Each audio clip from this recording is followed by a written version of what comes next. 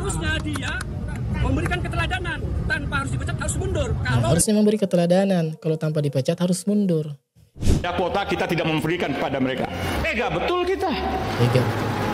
Puluhan tahun mereka menunggu, Pak. Lumayan 9.000 orang akan berangkat itu. Bapak berikan kepada orang yang berduit berangkat haji. Yang jadi pertanyaannya juga, hasil penjualan kuota haji yang dialihkan kepada ONH Plus itu, yang per orangnya sekitar 257 juta. Nah itu kemana uangnya? Ya, uangnya kemana? Digunakan untuk apa? Terus masuk ke rekening siapa? Ya inilah yang sedang dikejar-kejar oleh Pansus Haji dan KPK ya. Ya Allah, kasihan benar ya rakyat Indonesia. Puluhan tahun yang ngantri, nggak berangkat-berangkat teman-teman. Ya ternyata, aduh, ada dugaan kuotanya ada yang dikorup. A'udzubillahi minasyaitonirrajim. Bismillahirrahmanirrahim. Sekelompok orang yang mengatasnamakan aliansi santri Gus Dur berdemo di depan kantor PBNU. Ya, salah satu hal yang disoroti adalah mengenai Pansus Haji teman-teman. Yang katanya ini bukan masalah pribadi, ya tetapi ini masalah pemerintah. Gak ada kaitannya dengan NU. Ya walaupun Gus Yakut itu adalah seorang petinggi NU ya. Tetapi kan jabatannya ini sebagai Menteri Agama. Jadi ini adalah menyeluruh, bukan hanya untuk NU saja teman-teman. Oleh karena itu ya, Pansus Haji ini bukan untuk menyerang NU sebenarnya. Melainkan memang mau menegakkan keadilan. Bahwasanya ya, siapapun yang melakukan korupsi, kesalahan, ya harus ditindak sesuai hukum yang berlaku di negara kita. Kurang lebih seperti itulah aspirasi yang disampaikan oleh para demonstran yang mengatasnamakan aliansi santri Gus Dur. Ya bahkan para demonstran ini juga yang meminta ketua PBNU yang sekarang, yaitu kakaknya Gus Yakut, yang bernama Gus Yahya Khalil Stakuf, diminta untuk mundur. Bahkan sekjennya juga ya diminta untuk mundur teman-teman. Ya. Gimana menurut kalian? Apakah memang pantas untuk mundur atau tidak? Coba komen di kolom komentar ya. Dan mari kita teman-teman bersama-sama kita simak videonya ya. Tuntutannya ketika melanggar muktamar, siapapun ketua umum yang mengawal menakoda ini harus mundur dan Bapak Sekjen. Ya, jadi yang diminta untuk mundur Pak Ketua PBNU-nya ya, yaitu Pak Yahya Khalil Stakuf dan sekjennya ya.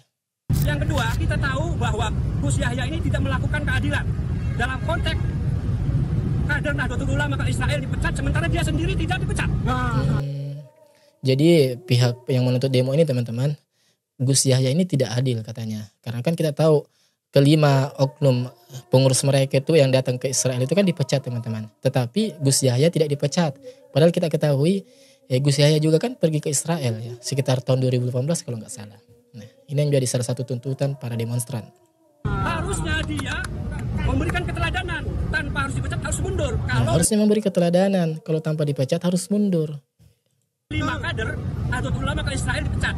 Ya, terlepas itu patut tidak patut dalam konteks keadilan, kalau memang itu pelanggaran dengan tidak mengurangi rasa hormat, Gus Yahya juga harus mundur. Ini adalah demi keadilan dan itu cita-cita Gus Dur.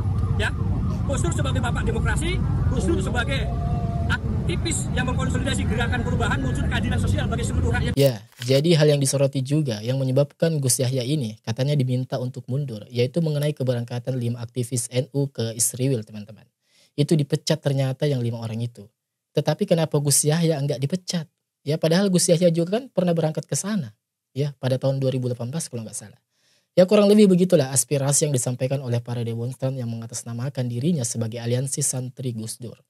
Namun ternyata teman-teman ya, para pendemo yang mengatasnamakan aliansi santri Gus Dur ini ya mendapatkan perlawanan dari Banser. Wah ada tugas baru di Banser ya. Jadi Banser ini nggak setuju nih ya, ada orang-orang yang mengatasnamakan aliansi santri Gus Dur mendemo PBNU. Ya bahkan ya ditulis di dalam sebuah media, Ketua Umum GP Ansor itu perintahkan Banser gepuk pendemo PBNU. Wah ngeri ya. Cari demo ya.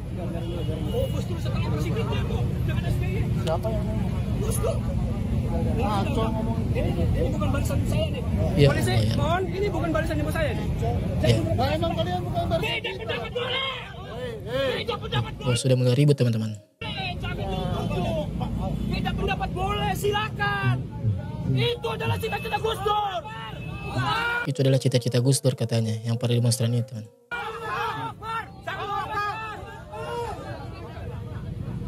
Kita doakan saja ya, semoga kedepannya NU ini bisa jadi lebih baik lagi teman-teman. Semoga kedepannya NU dipimpin oleh orang-orang yang tepat, ya orang yang membawa nama baik NU ini menjadi harum lagi. Ya sebagaimana dahulu ya, NU didirikan ataupun dipimpin oleh Kiai Haji Hashim Asy'ari. Yang saya amati dalam konflik ini, ya panas-panasnya hal ini, yaitu berawal dari pernyataan Gus Yahya sebenarnya. Ya yang dimana Ketua PBNU yang mengatakan bahwa pembentukan pansus haji ini, ya diduga ada konflik pribadi gitu, ya kata beliau. Pansus haji ya, pansus haji. Nah itu ini yang kemudian menimbulkan pertanyaan kepada kita. Pansus haji kemudian nyerang NU, jangan-jangan ini masalah pribadi ini, jangan-jangan. Nah, ini statement ininya teman-teman ya, yang dianggap sebagian banyak pihak itu justru menjadi masalah baru ya. Begitu loh. Jadi seakan-akan beliau ini menggiring opini liar di tengah-tengah masyarakat. Padahal ini murni memang yang para demonstran tadi menuntut itu memang murni masalah kementerian. Bukan sampai mau dibawa-bawa bahwa NU itu buruk, bahwa pribadinya yang mau diserang, enggak teman-teman. Jangan gara-gara menterinya adik saya misalnya gitu, itu kan masalah ini. Itu jangan-jangan karena dia sebetulnya yang diincar PBNU, ketua umumnya kebetulan saya. Kasus haji adalah kasus kementerian. Walaupun itu kasus haji adalah kasus kementerian. artinya ketua umum PBNU harusnya netral, malah justru harus mendukung pansus haji DPR RI. Karena itu bukan pansus partai tertentu, tetapi pansus anggota DPR RI yang semua di situ fraksi hadir. Setuju? Saya pribadi juga setuju ya dengan pernyataan demonstran yang tadi mengatakan bahwa kasus haji ini, dugaan korupsi yang terjadi di dalamnya, ini bukan kasus PBNU, ya bukan kasus NU. Ini adalah murni kasus kementerian. Jadi nggak usah ditarik-tarik ke arah NU atau PBNU. Ya. Yang menarik adalah ternyata PBNU Jakarta nih juga menyatakan bahwa pansus haji ini bukan urusan pribadi teman-teman. Ya ternyata ada perbedaan pandangan ya di sini antara PBNU dengan PBNU Jakarta teman-teman. PBNU Jakarta ini menilai bahwa pansus haji ini bukan urusan pribadi, ya, melainkan ini adalah urusan kementerian. Sedangkan dari PBNU melalui pernyataan ketua PBNU-nya sendiri mengatakan bahwa ya kemungkinan ini adalah urusan pribadi ya, mau nyerang pribadi NU katanya. Tapi itu justru dibantah sendiri oleh dibantah oleh PBNU Jakarta ya Mbak. Ya PBNU Jakarta ini juga DPR bentuk pansus haji, PBNU DKI ya, PBNU seharusnya berterima kasih. Jadi terdapat tidak sinkron teman-teman di antara mereka ini memiliki perbedaan pendapat justru ya, perbedaan tanggapan terkait pansus haji ini.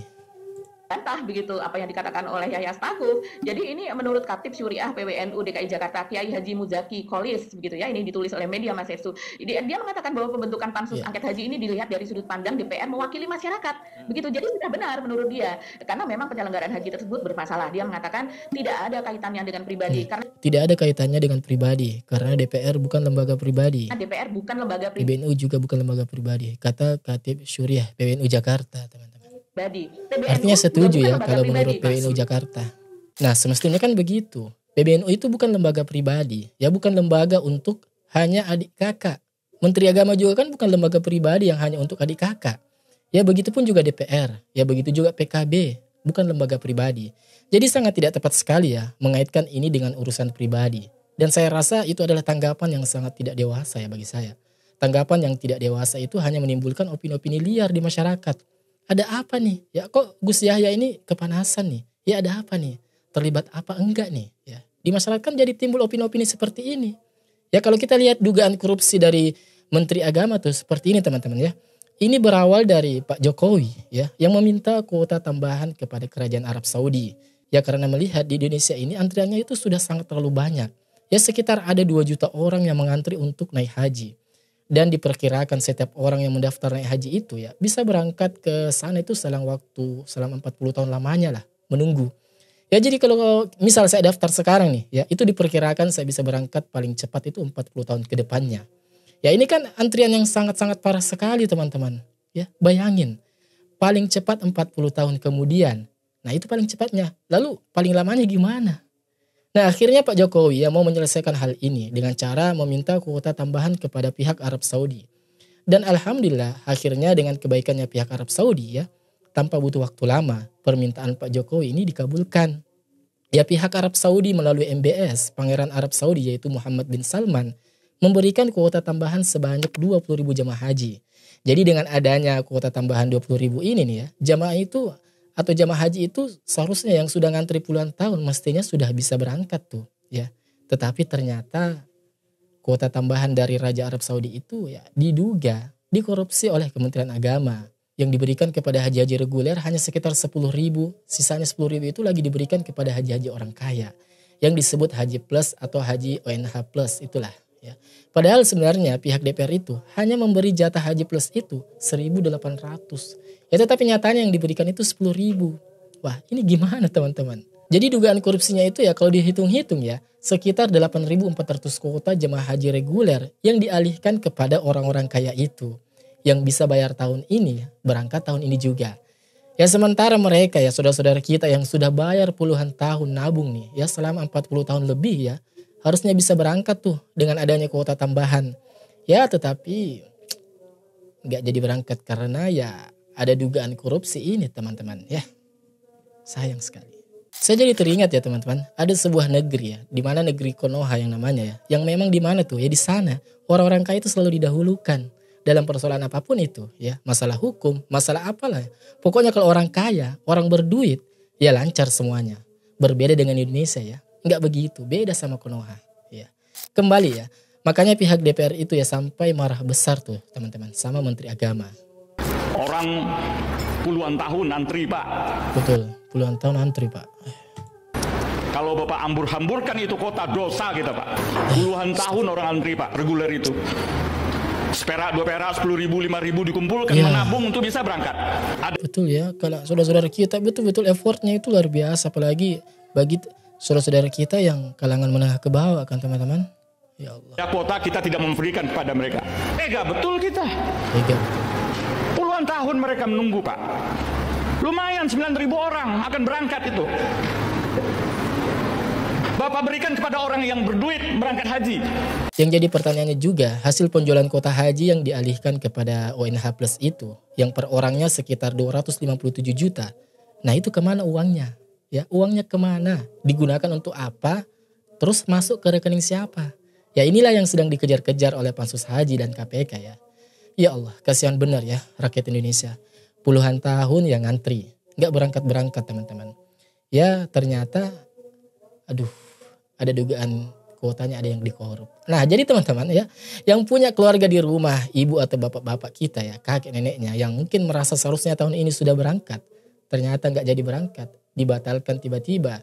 Ya bisa jadi karena ada ya dugaan korupsi ini. Ya padahal ibadah haji ini ya teman-teman ya adalah salah satu ibadah yang sangat tinggi dalam agama Islam.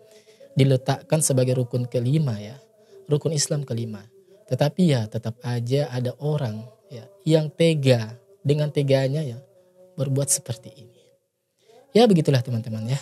Akhir zaman ya sudah dekat turunnya Imam Mahdi. Ya sampai bertemu di video selanjutnya. Wassalamualaikum warahmatullahi wabarakatuh. Barakallahu fikum.